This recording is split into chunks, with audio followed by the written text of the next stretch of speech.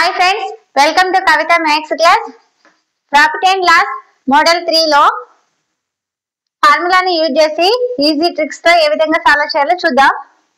ఒక వస్తువు cost price పై మొదట 20% నష్టం వచ్చింది, తర్వాత మిగిలిన ధరపై 30% లాభం వచ్చింది. మొత్తంగా వచ్చిన లాభం లేదా నష్ట శాతం ఏంటనేసి అడుగుతున్నారు. ఈ ప్రాబ్లం ని సాల్వ్ చేయడానికి ఫార్ములా యూజ్ చేద్దాం. net percentage equal to a plus b plus a into b by 100. ఇక్కడ మనకి a అంటే ఎంత వాల్యూ, ఇక్కడ 20% నష్టం వచ్చింది కాబట్టి -20, b అంటే 30. ఇక్కడ వాల్యూస్ ని సబ్స్టిట్యూట్ చేద్దాం. -20 plus 30 plus -20 into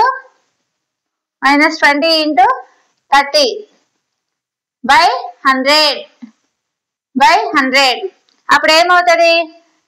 -20 plus 30 ఎంత అవుతుంది? +10 అవుతుంది. ప్లస్